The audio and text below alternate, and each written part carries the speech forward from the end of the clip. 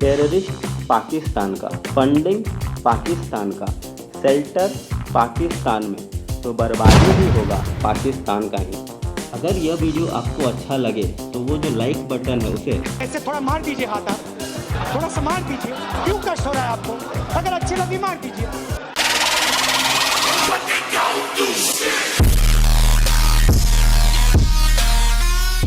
Hello friend, स्वागत है आपका एक नए वीडियो में। और यह वीडियो उस शख्स के बारे में है जिन्हें हम इंडियन जेम्स बॉन्ड के नाम से भी जानते हैं और जिसका नाम सुनते ही पाकिस्तान के पसीने छूट जाते हैं और अमेरिका उन्हें सिर्फ भारत का ही नहीं पूरी दुनिया का खजाना बताता है। हम बात कर रहे हैं NSA अजीत डोवाल की।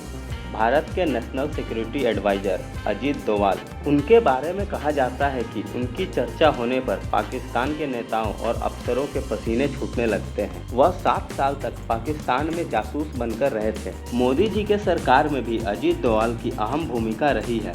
भारत के प्रधानमंत्री नरेंद्र मोदी जी हर कूटनीतिक रणनीति के मसले पर उनकी राय को अहमियत देते हैं। चीन हो या पाकिस्तान, दोनों से निपटने में अपनाई जा रही भारत की रणनीति को तैयार करने के पीछे अजीत डोवाल का ही दिमाग होता है।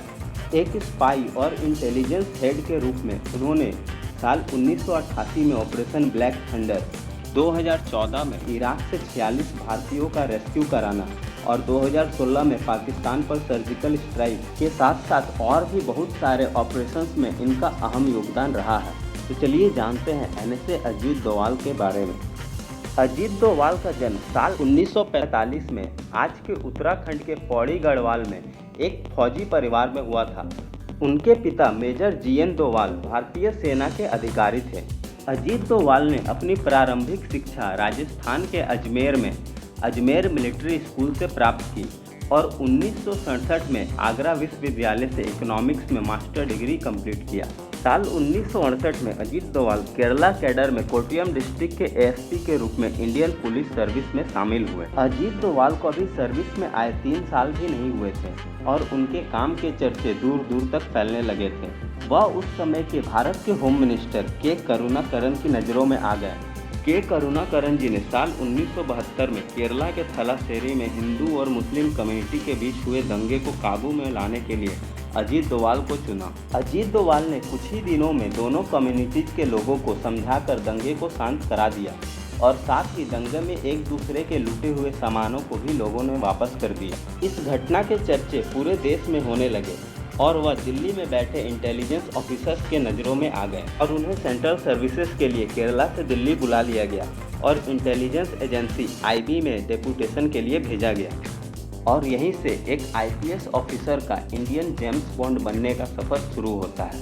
1970s में इंडिया के नॉर्थ ईस्ट में विद्रोह का माहौल था और वहाँ के स्टेट्स खुद के लिए एक इंडिपेंडेंट नेशन की मांग कर रहे थे। मिजोरम में एक सेपरेटिस्ट लाल डेंगा वहाँ एक अलग से पैरेलल सरकार चला रहे थे। मिजो नेशनल फ्रंट मिजोरम को भारत से अलग करना चाह रहा था।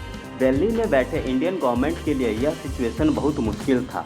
जब सब यह सोच रहे थे कि मिजोरम जाकर इन इंसर्जेंट को शांत कौन करेगा, तब अजीत डोवाल ने खुद आकर वहां जाने की बात कही और सबको यकीन हो गया था कि अब यह सिचुएशन सॉल्व हो ही जाएगा।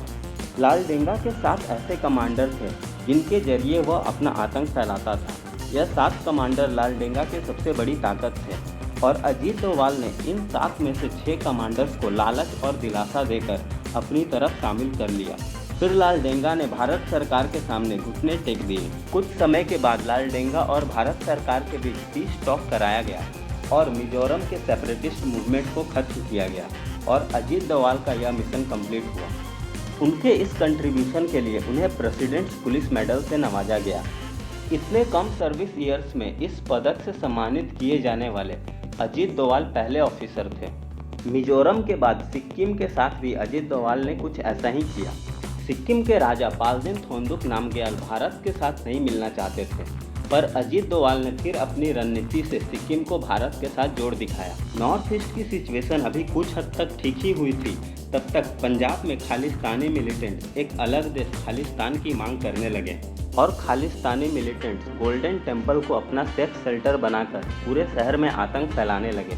साल 1984 में इंडियन आर्म फोर्सेस ने गोल्डन टेम्पल से मिलिटेंट्स को बाहर निकालने के लिए ऑपरेशन ब्लू स्टार को लॉन्च किया। पर इस ऑपरेशन के बाद भी गोल्डन टेम्पल पूरी तरह से खालिस्तानी मिलिटेंट से मुक्त नहीं हुआ था और बाकी के मिलिटेंट्स को बाहर निकालने के लिए साल 1988 में ऑपरेशन ब्लैक थंडर लॉन्च किया गया, जिसमें अजीत डोभाल की अहम भूमिका थी।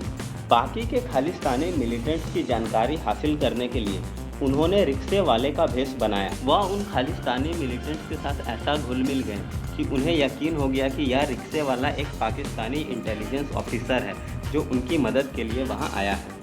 उन्होंने गोल्डन टेम्पल के अंदर रहकर उन मिलिटेंट्स की सारी जानकारी हासिल कर ली और इंडियन आर्मी को सौंप दिया, जिसके आधार पर ऑपरेशन ब्लैक थंडर लॉन्च किया गया और खालिस्तानी मिलिटेंट्स को गोल्डन टेम्पल से बाहर निकालने में सफल हुए। इसके बाद शुरू होता है उनके लाइफ का सबसे बड़ा मिशन पाकिस्तान में, जो हम जानेंगे इस वीडियो के नेक्स्ट पार्ट में। यह वीडियो आपको कैसा लगा कमेंट कर ज़रूर बताएं। मिलते हैं इस वीडियो के नेक्स्ट पार्ट में, तब तक के लिए बाय बाय एंड